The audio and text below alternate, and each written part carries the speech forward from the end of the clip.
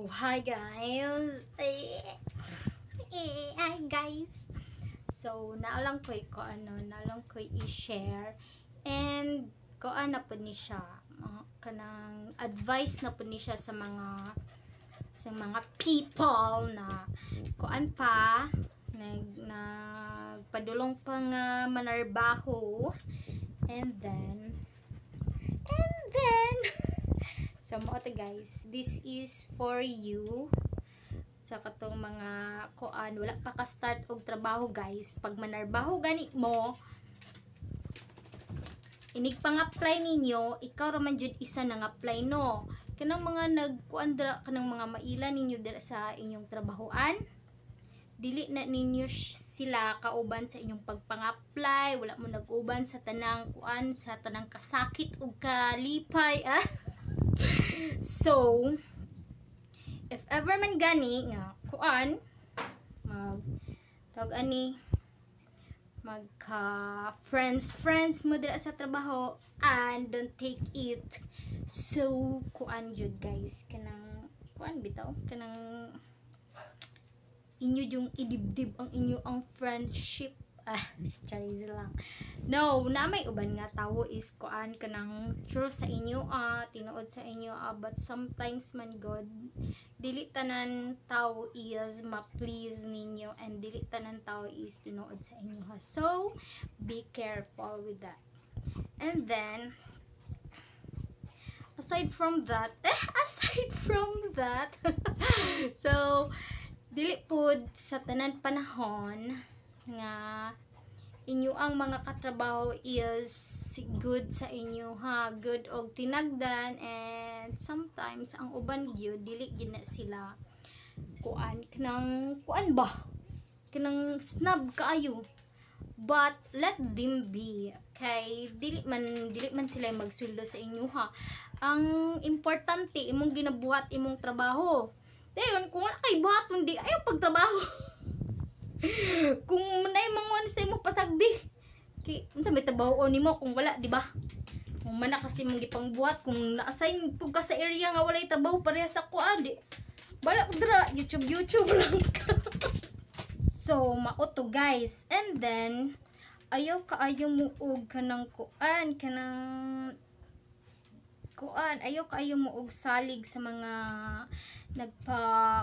nagpapanggap nga mga angels in everywhere sa inyo ang workplace. Kay once makuha nila inyo ang loob, and then pwede na nila gamiton against you guys. And then pag naamoy mga mga chika-chika nga, it's not wala mo nang libak or something like that, you're just telling the truth and everything. Maybe unya gawas ana niya didto sa iistorya na niya didto sa imuang kaila, and then knowing na siya to ang nagstorya og dili maayo, and then ikaw ang nahimog daotan didto. And then sometimes pod na ay mga tawo nga kanang feeling superior when in fact they are not. So pasag din ang mga tawong ingana, and sometimes sa trabahoan gid guys, dili na mawala ang mga bully. It depends on you kung unsaon na nimo siya pag-handle. And then you have to be strong pag manarbaho jud ka, kay if you are not strong enough, so di jud ka magdugay sa imong trabaho. Pero pag toxic na gid kaayo nga kanang you can't take it anymore, so pag let go mora gid na ko ka-advise nga ko. So inyo ang nasabdan ako advice. Wala lang ko laing content pagbuot day mo. O sa maora to, kung gusto pa magkuan, ingna lang ko, just comment down below kung nasagtan ninyo akong advice guys. In short, ang gibuot pasabot guys, nang apply mo nga kamurang isa, mugawas mo nga kamura pong isa. So if naamoy maila sa inyong katrabahoan, kung tinuod sa inyo din tinud-asad sa iya sa kuan, tinud-asad siya sa imong pagtagad, sa imong pagka-friendship, pero dili keep pag pinlastik sa Manila, okay? Dili kinahanglan nga kuan kanang magpakamatay ka para sa ila, okay? Never gina nimo ma-please ang tawo nga dili ganahan sa imo. That's all. And kuan lang, be humble always, bisag unsaon nato kay trabahante ra ta, wala tay kuan dira, wala tay gani, wala tay haligi dira sa ato ang gitrabahon, mga madi ug mga dime, wala tay haligi dira, so dili ta magpa-ipokrita, an ipokrito.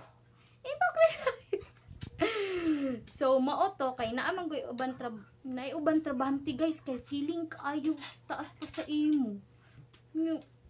Ang trabaho nila ipatrabaho sa imo, bisag di na gud to imo ha. Unya pag dili nimo trabahon, ikaw din dautan. Asa na bikil? Nabuang ka. Animat man eh. Joke lang. So, pero kung kaya ni mo trabaho, di trabaho pero ganang kuan, kanang giingnan na kaya dili na imong trabahon, iyahan na, so ay trabaho iya mo tay sabak pud sam.